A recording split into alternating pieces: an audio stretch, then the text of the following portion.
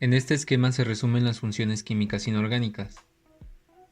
Los compuestos de una función química tienen un átomo o grupo de átomos en común, denominados grupo funcional. Además, cada función química se nombra de manera diferente de acuerdo con los tres sistemas de nomenclatura que existen. Comencemos con la nomenclatura de hidrácidos. Estos son compuestos binarios formados por hidrógeno y un no metal.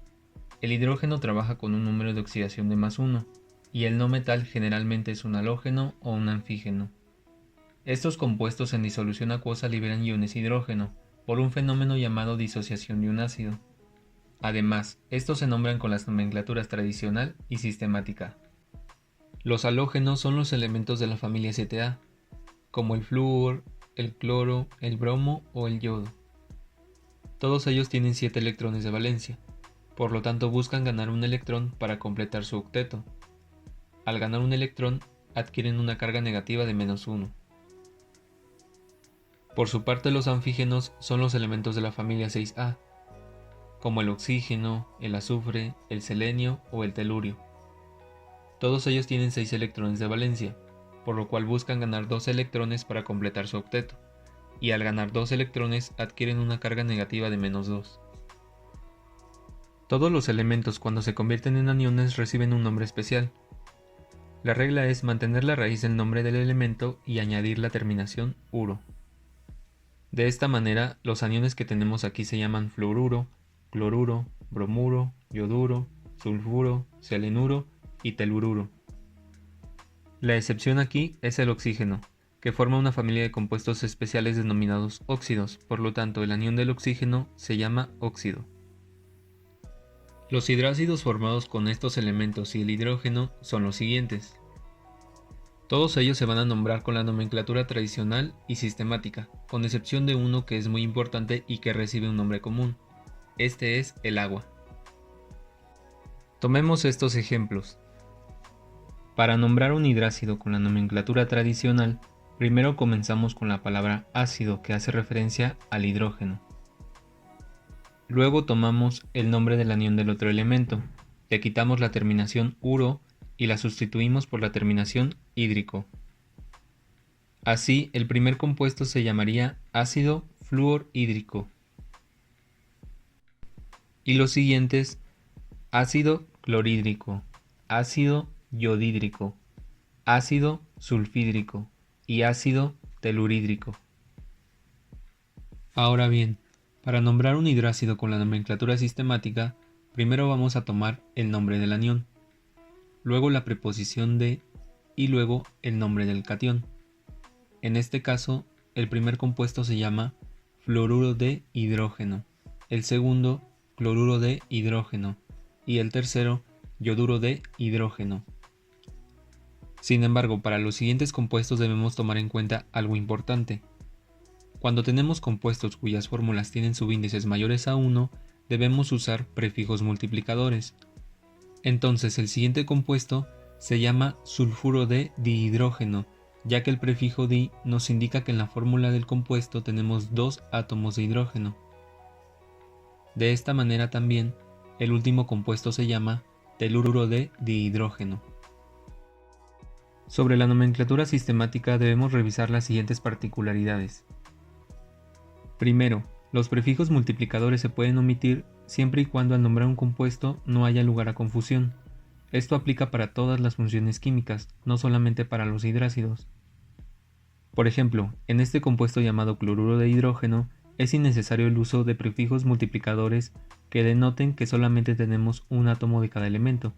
Por lo tanto, en lugar de nombrarlo monocloruro de hidrógeno o cloruro de monohidrógeno, se prefiere simplemente llamarlo cloruro de hidrógeno. Ahora bien, en este otro compuesto, llamado sulfuro de dihidrógeno, sabemos que tanto el hidrógeno como el azufre solamente trabajan con un número de oxidación, cuando el hidrógeno es el elemento electropositivo y cuando el azufre es el elemento electronegativo. En este caso, la omisión del prefijo di también es válida, por lo tanto este compuesto se puede llamar sulfuro de hidrógeno o sulfuro de dihidrógeno. Otra nota importante es que la IUPAC también nos dice que los nombres como ácido clorhídrico o ácido sulfhídrico hacen referencia a las disoluciones acuosas de estas sustancias, es decir, a mezclas y no propiamente a los compuestos puros. Ahora veamos los hidruros metálicos. Estos son compuestos binarios iónicos, formados por hidrógeno y un metal. Son los únicos compuestos en los que el hidrógeno trabaja con un número de oxidación de -1, y se nombran con los 3 sistemas de nomenclatura. Los hidruros metálicos están formados generalmente con los metales de las familias 1A y 2A. Estos elementos van a perder electrones para formar cationes. La regla para nombrar cationes que tienen un solo estado de oxidación es que el nombre del catión es igual al nombre del elemento. Entonces, estos iones se llaman litio, sodio, potasio, rubidio, cesio, francio, berilio, magnesio, calcio, estroncio, bario y radio. Y estos otros cationes se llaman boro, aluminio, galio, plata, zinc y cadmio. Sin embargo, cuando tenemos cationes de un mismo elemento pero con diferentes estados de oxidación, la regla es mantener la raíz del nombre del elemento y añadir un sufijo. El sufijo oso es para el catión con el número de oxidación menor, y el sufijo ico es para el catión con el número de oxidación mayor.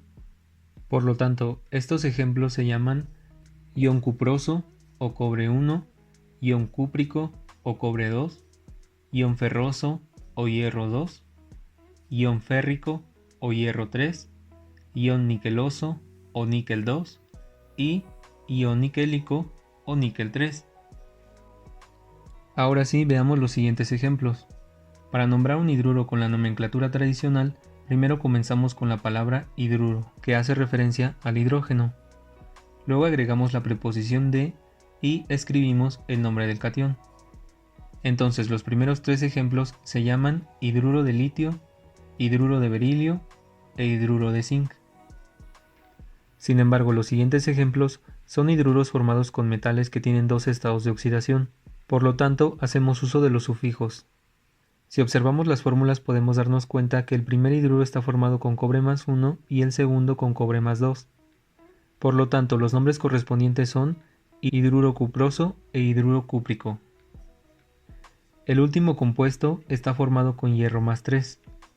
La dificultad de la nomenclatura tradicional radica en que debemos aprendernos los números de oxidación de todos los elementos para saber qué sufijo asignar.